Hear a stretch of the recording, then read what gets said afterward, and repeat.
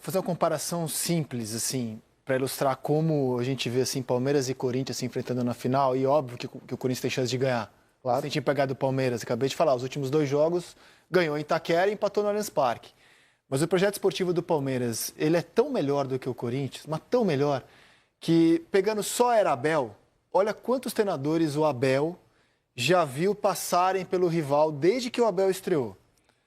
Mancini, Lázaro, Silvinho, Antônio Oliveira, Luxemburgo, Mano, Cuca, Ramon Dias. Meu Deus. Só na era Abel, sem contar o Danilo interino que enfrentou o Abel. Que sequência. Lá que seria um nono. Só na era Abel, o Corinthians teve 8 treinadores diferentes em contraste com um comandando o Palmeiras. Então, assim, acho que isso é um número que pode ilustrar como o momento dos dois clubes é muito diferente. O Palmeiras está muito estruturado, sabe o que quer, não tem vencido à toa, e o Corinthians está procurando um rumo nesse momento da temporada. Ainda que tenha um elenco de respeito, a gente está falando de projetos esportivos em patamares muito diferentes.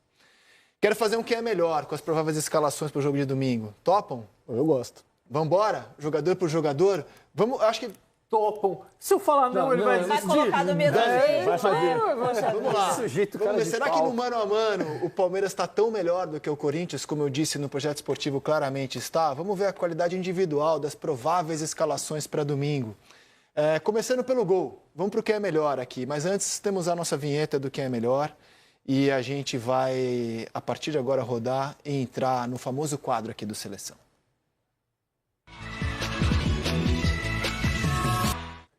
Começando pelo gol, o Everton ou o Hugo Souza, seu Ramon? Dois baitas goleiros. Baita goleiros mesmo, assim, de um bom nível, alto nível, né? Mas pela experiência, pela segurança que passa, eu vou de o Everton. Não que o Hugo não passe segurança, né? Pelo tempo de segurança que passa o Everton à frente da equipe do Palmeiras, eu vou de Everton. O Everton, um voto. Losetti? 2 votos. Ana Thaís? 3 votos. A gente está falando de um goleiro já há muitos anos estabelecido no futebol brasileiro como um dos principais. Lateral direita, Palmeiras tem o Marcos Rocha, Corinthians tem o Mateuzinho. Você vai de Marcos Rocha ou Mateuzinho? Rocha.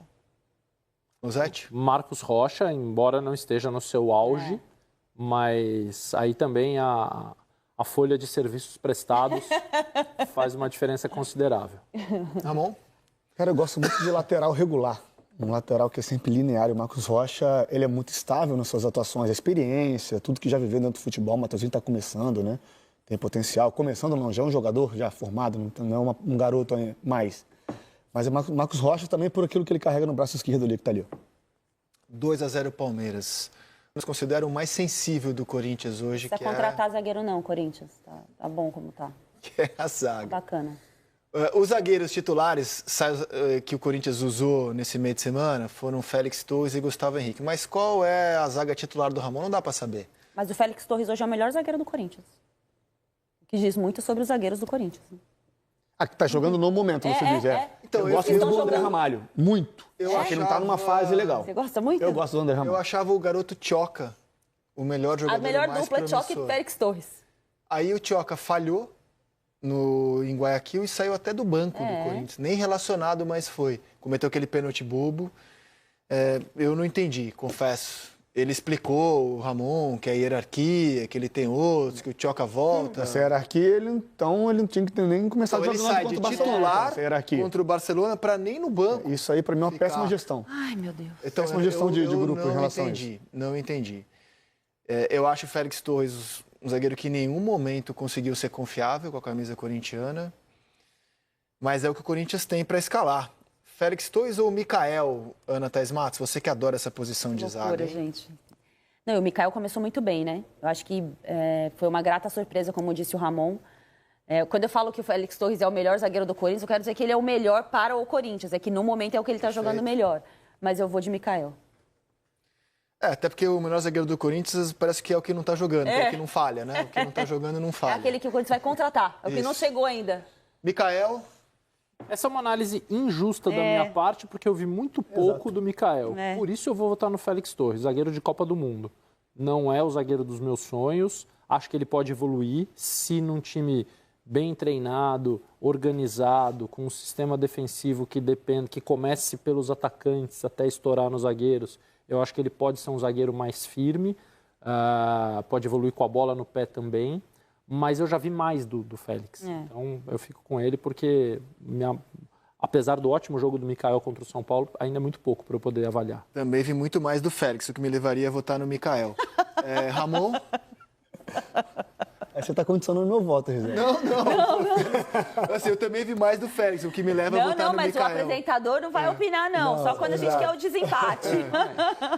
A amostragem do Mikael é muito curta, apesar de eu ter gostado muito desse início dele do Palmeiras, do seu jogo sério, né? Gosto do zagueiro canhoto também, que vai dentro. Eu gosto do zagueiro que é do embate, que gosta desse contato físico, mas eu vou seguir o mesmo linha de pensamento do Losetti, eu vou no Félix Torres por isso. O zagueiro de Copa do Mundo, eu já vi muito mais ele que o Mikael. Tá bom? Na quarta zaga, esses vocês viram bastante já. Murilo ou Gustavo Henrique, Losetti? Murilo. Nossa, 2 vezes Murilo. 3 vezes Murilo. Murilo, consenso? Murilo. Na lateral esquerda, ele jogou 2 vezes pelo Corinthians. Eu gostei dos 2 jogos que ele fez, o argentino Angileri, pedido do Ramon, mas eu também só vi ele jogar essas 2 vezes. Piquerez ou Angileri é a sua posição, Ramon? Piquerez. Mesmo se eu tivesse visto o Angileri em 1 ano, eu ia de Piquerez. Também. O Piquerez é um dos jogadores mais importantes do Palmeiras, na minha visão. Ele consegue equilibrar o Palmeiras tanto atrás como na frente, marcando e atacando, defendendo e atacando. É versátil, ele quando ataca pode atacar o corredor, pode atacar por dentro, quando ele defende ele pode defender como terceiro zagueiro, pode defender como lateral. Uma bola aérea defensiva muito boa também. Bate de fora da área. É difícil achar um lateral. Hoje o Brasil, é engraçado, né? Um ano atrás, talvez a gente dissesse que o Brasil tem pouquíssimos laterais esquerdos. Hoje a gente vive uma realidade diferente, né? A gente tem jogando no Campeonato Brasileiro Piquerez, Alex Telles, Alexandro, Guilherme Arana, Wendel, todos jogadores de seleção. E o Piquerez ainda assim consegue estar numa primeira prateleira. Não sozinho, mas está na primeira. Tem mais lateral bom nessa lista aí, cara. Tem. Eu falei alguns só. O melhor lateral do ano passado foi o Bernabei. Perfeito. No Inter. Né? Assim, o Bernabei é um jogador de carreira menor do que esses todos que eu citei. Arana. Só o Flamengo tem Arana, Alexandro, Vinha e Ayrton Lucas. Isso. 3 jogadores que já defenderam suas seleções. Exato. Os 3 podem ser titulares. Perfeito. Em qualquer circunstância, qualquer modelo de jogo. Perfeito. Vamos para o meio campo. Deu Piquerez por unanimidade. Assim, os 2 jogos que o Angileri fez, eu achei bons. Bons mesmo. Melhorou o nível Melhorou o nível do Corinthians. Da posição. Haver agora uma partida de decisão contra o Palmeiras, na casa do rival, gramado sintético. Vamos para o meio campo. O Martínez, que ganhou a posição, né? Dá para afirmar isso, né?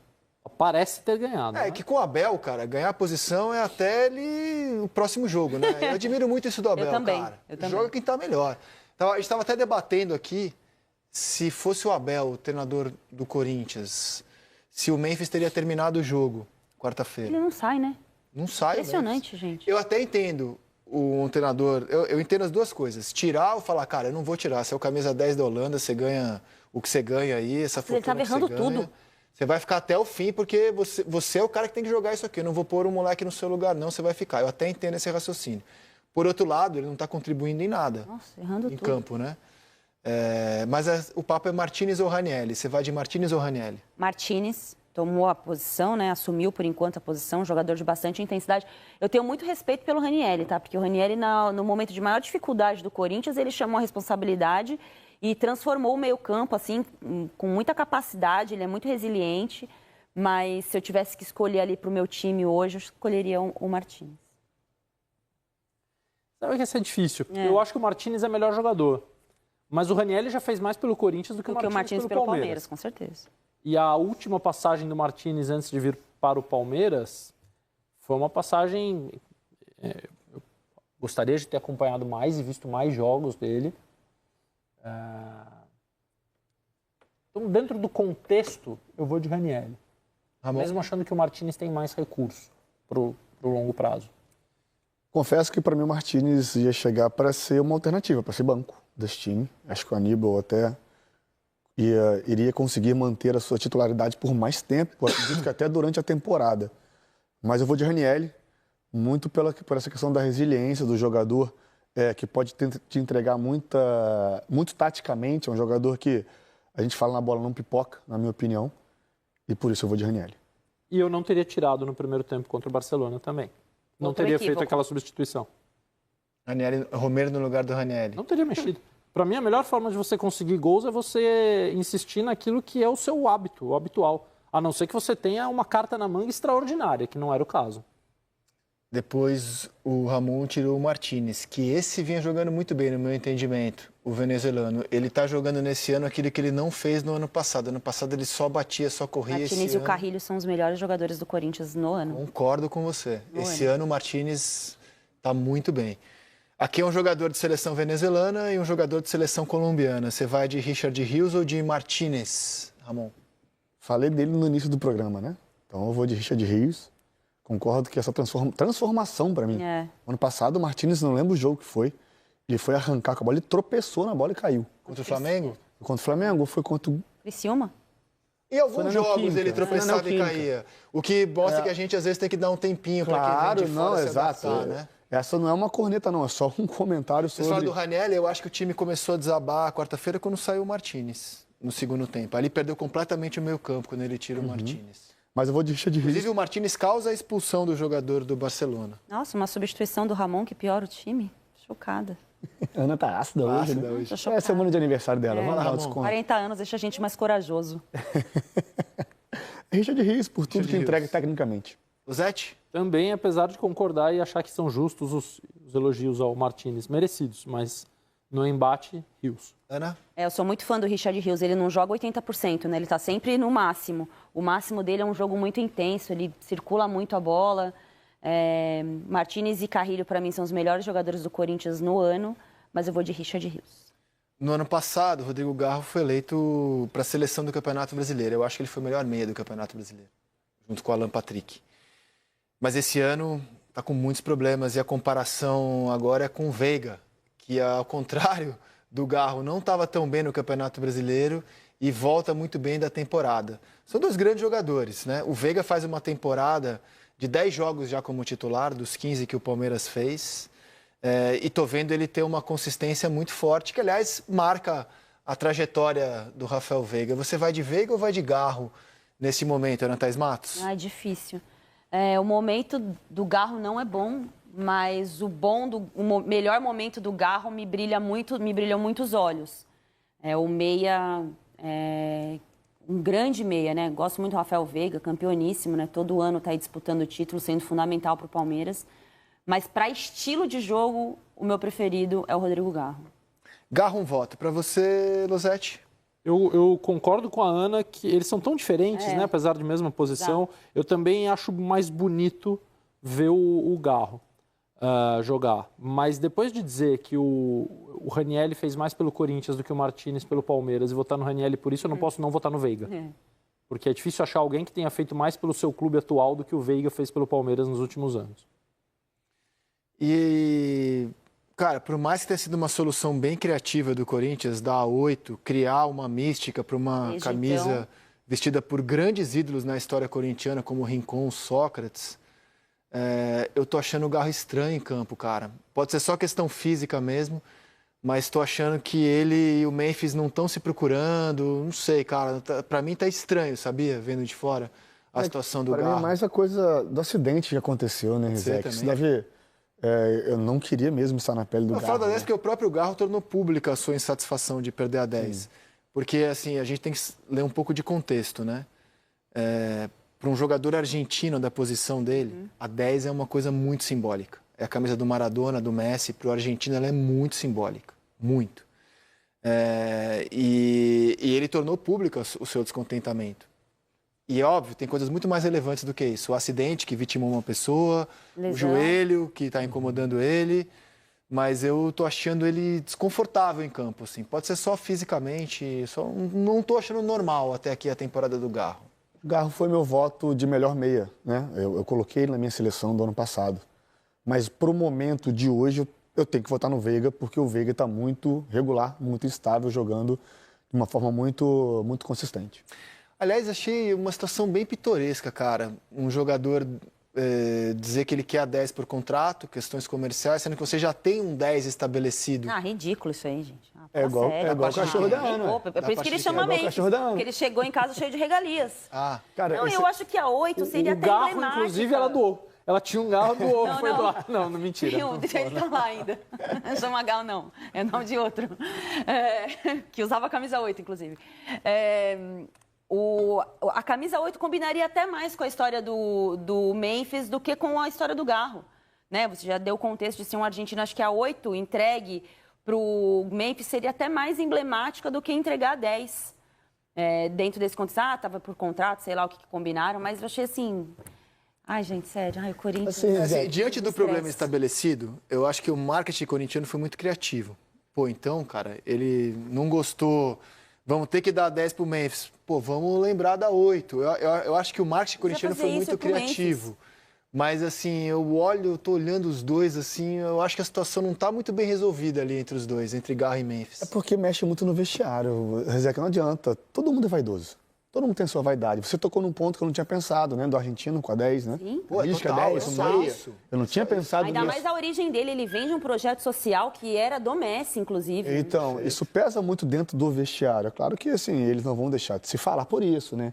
Desde que, quando o Memphis foi contratado, fosse sido avisado ao Garro, olha só, eu estou trazendo o Memphis aqui, por contrato ele exigiu usar 10 a partir do ano que vem. Você se incomoda? Assim, se foi combinado antes com o Garro essa troca e depois só ele externou esse descontentamento, eu já não concordo com o Garro. Mas se não foi dito ao Garro, virou o ano, e aí, você vai perder a 10, porque a 10 agora do Memphis, a gente tem contrato. Ele tornou isso claro, que foi comunicado esse ano. Então, isso não existe. Não totalmente. Ele estava mostrando bastante desconforto na entrevista. A diretoria corintiana errou feio, trouxe um problema gigantesco para dentro do seu vestiário. Então, se você foi de Veiga, você foi de Garro e Veiga, 2-1. Tratamos o Carrilho como o melhor jogador do Corinthians na temporada, ao lado do Martínez, só que a comparação do Carrilho é cruel, né? Porque o peruano vai ser contraposto, já sai Veiga e Garro e entram Carrilho e Estevão, por favor. Gente, quem fez isso? Mas aí não, quem fez isso? Não. O Carrilho joga pela direita, o Estevão joga pela direita, é o mano a mano que a gente está fazendo aqui. Mas eles são posições completamente diferentes. Não, mas são esquemas diferentes.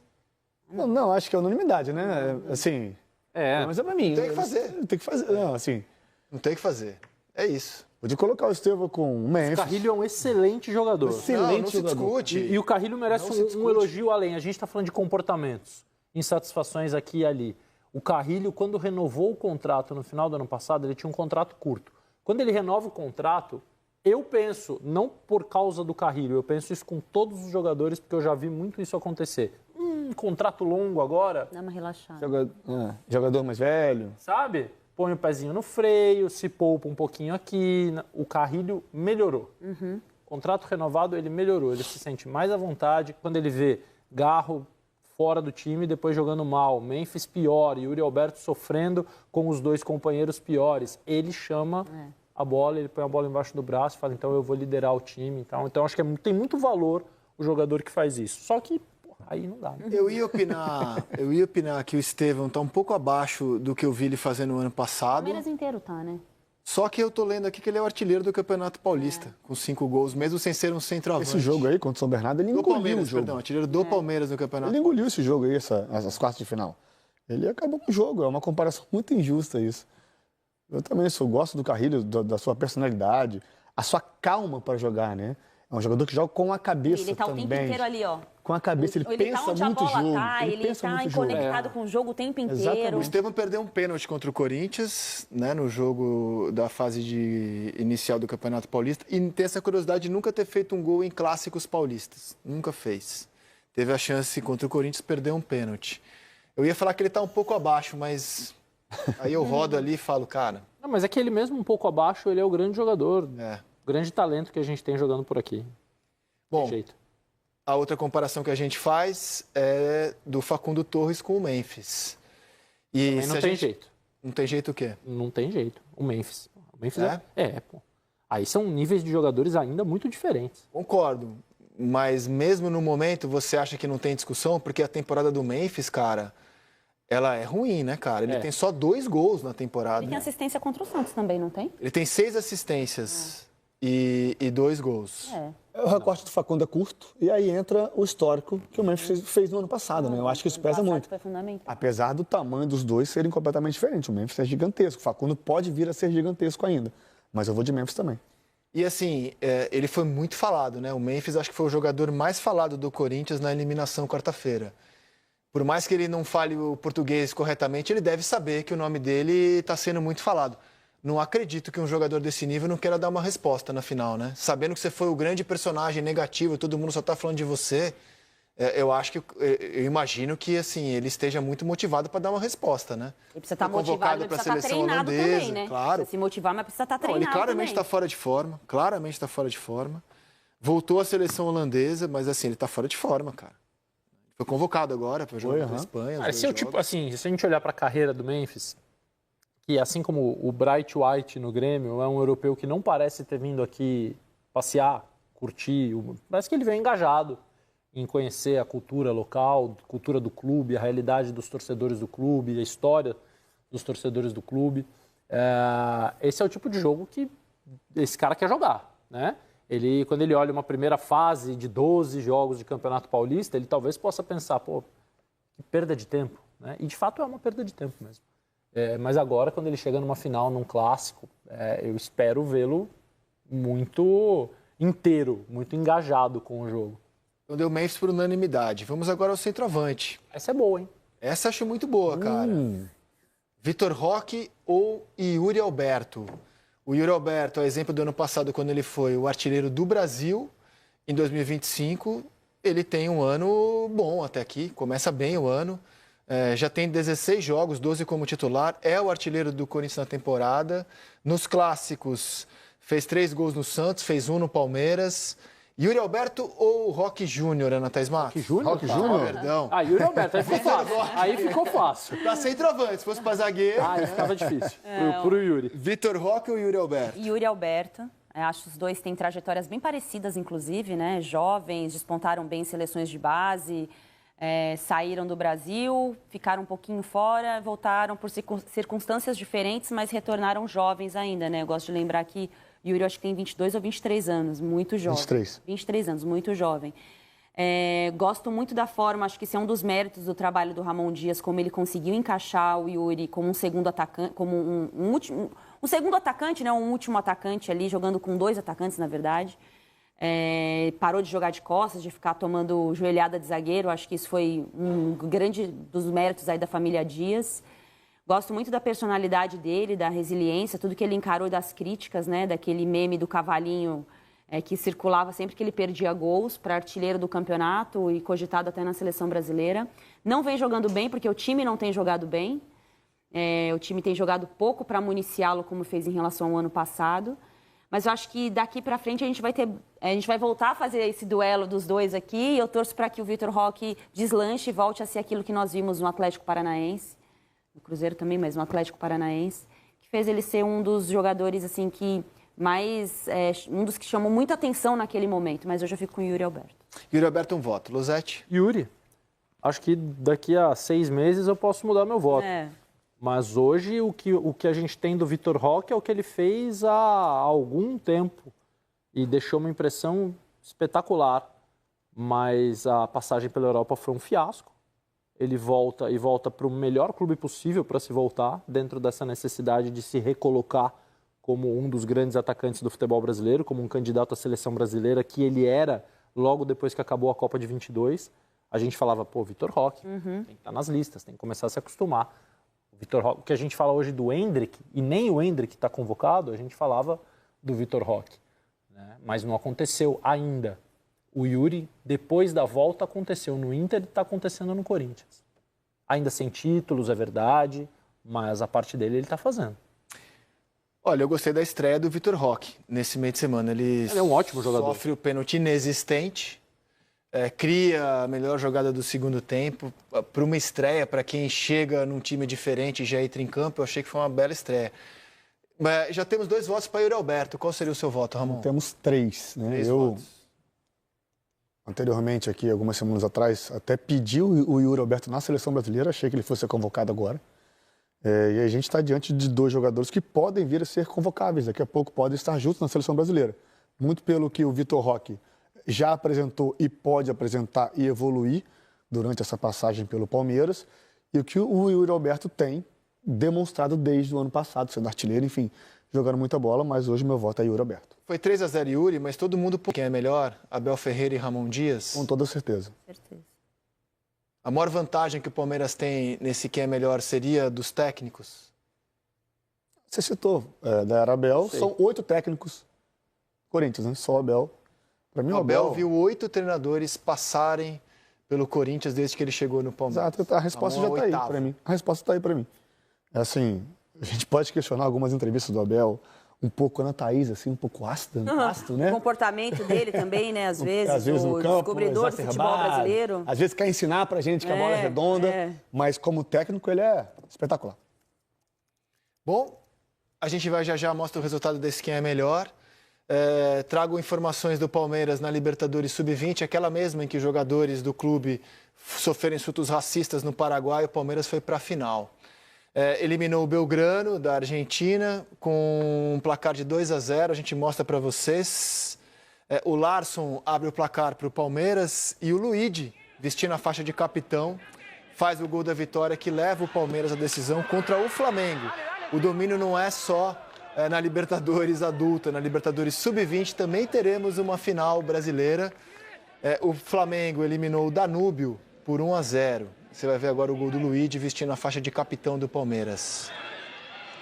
Rapaz, o zagueiro do Belgrano, que deu condição, estava ali sonhando com o quê, hein, na linha da grande área? Era lateral, acho. Era lateral.